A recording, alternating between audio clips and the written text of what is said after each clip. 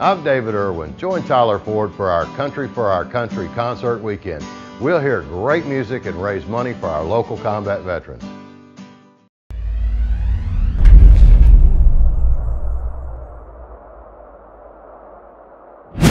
Good afternoon, East Texas. This is Danny Mogle and Kenneth Dean with the afternoon update. Now, we learned today that former presidential candidate Mike Huckabee is coming to Tyler. He's going to be the keynote speaker at an event for the Boys and Girls Club on October 23rd at Green Acres Baptist Church. And also, a little bit earlier this week, we found out that former First Lady Laura Bush, she's also coming to town. She is going to be the speaker at the Rose Festival Ladies Luncheon on October 19th. Kenneth, you've been here a long time. Have you covered the Ladies Luncheon? I've never covered the Ladies Luncheon. I've covered several different events during Rose Festival Week, which is full of a lot of pageantry, so Mrs. Bush should fit right in with that luncheon. She should be a great speaker for that event. I think I actually have covered a Ladies Luncheon or two in my time. You know, when you're here as long as I am, you do a little bit of everything. I think I've covered the tea once or twice, but not the actual luncheon. Yeah, that's a little bit different. But it's funny that we have two Republicans, which are the elephants, coming to town, and we had a story this morning about a donkey. But was it really a donkey? Or was it a raccoon? Or was it a raccoon? That's still up in the air. You posted this story this morning, had it on AM Update. Tell me more about it. Well, a man called his neighbor and told her that he had, I guess you'd say, accidentally shot her donkey, thinking it was a raccoon. As I said this morning, I don't know how one would, you know, misconstrue a donkey and a raccoon, how you could, you know, and we had a picture of it earlier, you know, a donkey, a raccoon. I think the donkey has bigger ears. Bigger ears and probably weighs a whole lot more than a raccoon, typically. Another story that came out today, a judge in Austin has blocked Texas's efforts to purge dead people from the voter registration rolls.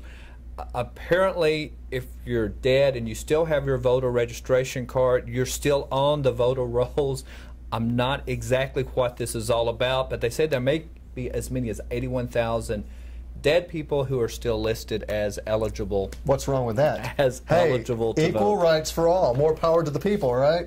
I mean, if they're registered to vote, I guess they can vote. Yeah, and apparently the state sent out all these letters to the dead people or people who may be dead, and anyway, it looks. Well, that's kind of a no-win situation. That's a dead-end letter, isn't it? I mean, it's not going to get answered by anybody. Yeah, I think this story's hit a dead end, that's for sure. We also want to draw attention to a story that came out in the paper a little bit earlier this week.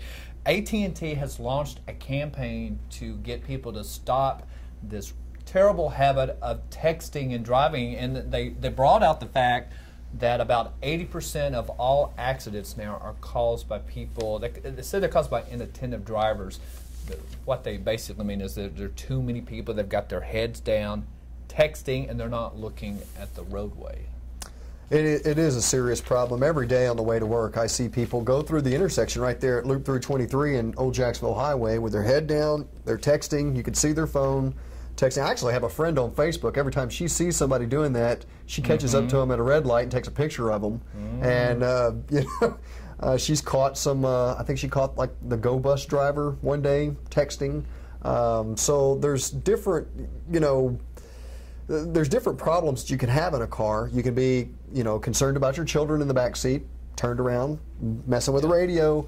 Now, inattentive drivers, you know.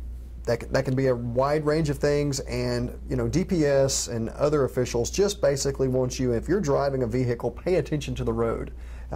You can text when you get to wherever you're going. Right. And have you seen those commercials? They're really gut-wrenching. There's one where the girl talks about she sent her text to her sister, I believe, and the sister died in a crash. So and there's another one with a young man who is definitely got some physical impairments now, and he says that this is the text that changed my life. So yeah, those messages are starting to be, and I kind of look for in the next few years for there to be some sort of technology that will, based on GPS and your miles per hour, it will cut those texts off to where you can't do it. I really think that will happen in the next few years. You know, I don't know if this is the best segue in the world, but I wanted to talk about, you can download our app. But we don't want you to download the app and drive, but we do want you to download our app so you can get breaking news alerts. Yeah, all you have to do is go to your iTunes store for your iPhone, Google Play if you have an Android phone. Go to those two places. You're looking for Tyler Morning Telegraph app. You can download it absolutely free. Throughout the day as breaking news happens, we'll send out an alert. You'll hear an audible alert. You'll be able to check your phone and see what's going on in your neighborhood as it's happening. Yeah, and better yet, you could take us home with you, and I'm sure all of you want us. I don't know about that. That's kind of a scary thought. Well, Halloween is another month away. Well, that's a different story altogether. We'll see you about this time tomorrow.